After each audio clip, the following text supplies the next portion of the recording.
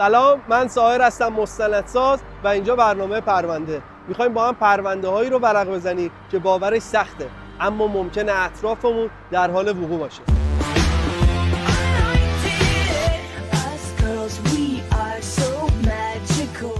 پلیس علاوه بر فعالیتایی که میبینیم مشغول حل پرونده هایی که زیر پوست این شهر در حال اتفاقه.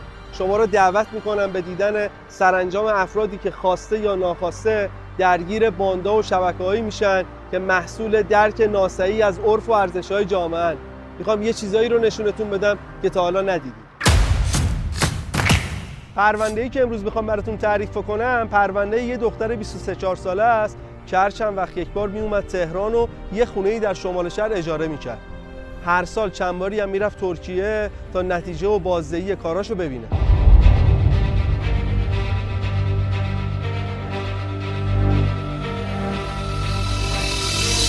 غزاله تبدیل شده بود به سرشبکه سازمان یافته موضوعاتی مثل رقص میله و حرکات اروتیک جنسی، اما نه تو جای مشخص.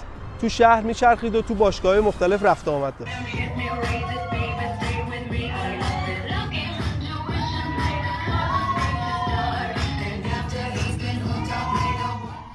حرکاتی که آموزش میداد بیشتر حرکات نمایشی جنسی بود که مناسب دیسکوها و کلاب‌های سکس خارجی بود. فیلم‌های رقصش هم که همیشه اوریان بود تو فضای اینستاگرامش منتشر می‌کرد.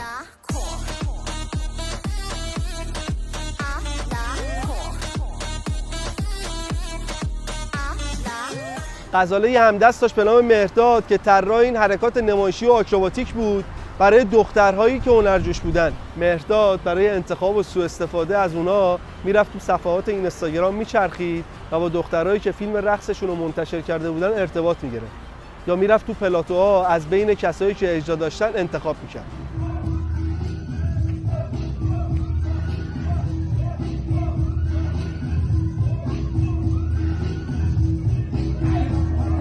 به بهانه پول و درآمد و یه سفر بدون خانواده و خوشگذرونی مهرداد و غزاله دختران رو میبردن ترکیه. برای مدت اقامتشون یه خونه اجاره میکردن که غیر از خودشون چند تا پسر دیگه هم اونجا بودن. نه خانواده‌ای، نه نظارتی، روابط هم آزاد. بیشتر حاجی شل کن دیگه، یعنی چیه؟ نری تو کوچه بغلیا سارا یه ذره واسیدی مرتب جا دارید. حالا کارشون چی بود تو ترکیه؟ شرکت و دیسکویی که مراسم عیش و نوششون به راه بود از اینا درخواست میکردن که دخترها رو بفرستن اونجا تا براشون میله برقصن و در قبالش بهشون پول بدن. اما بعد از برقراری رابطه و تجاوز رئیس شرکت به این دخترها،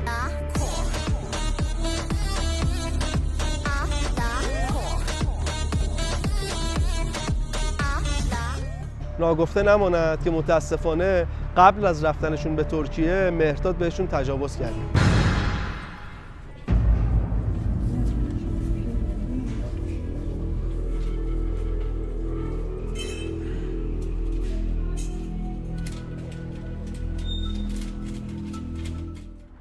توجه پلیس تو فضای مجازی به این صفحات که هر روز تعدادشون بیشتر میشه جلب میشه.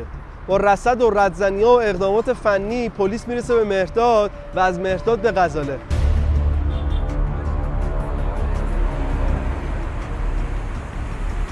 و تونستن این باند رو در غرب تهران که مشغول آموزش و تمرین حرکات نمایشی جنسی بودن شناسایی و 140 نفر از دستاندرکاران این باند رو دستگیر کنن.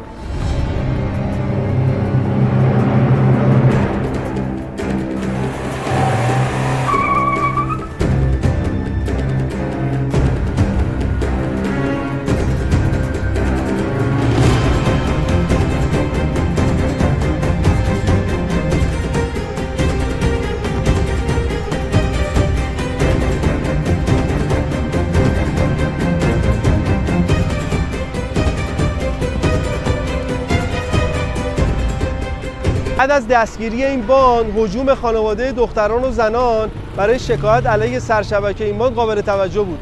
رده سنی دخترایی که گرفتن 8-9 سال بود تا 30 سال. همونایی که میگفتن اختیار بدن خودمونو داریم. با یه تار موی بیرون و دیدن بدن من چه اتفاقی برای کسی میخواد بیفته؟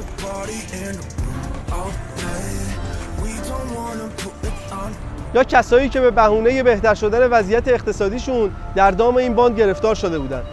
اولین اتفاق برای خودشون افتاد و قربانی هوسبازی عده‌ای شدن که از این بی‌بندوباری هدف زدن.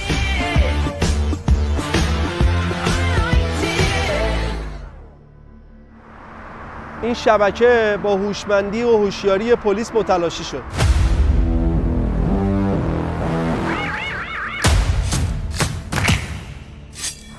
اما تضمینی برای نبود باند بعدی نیست مگر اینکه شما هوشیار باشید. من هستم تا شما رو هوشیار کنم. لطفاً جدی بگیرید.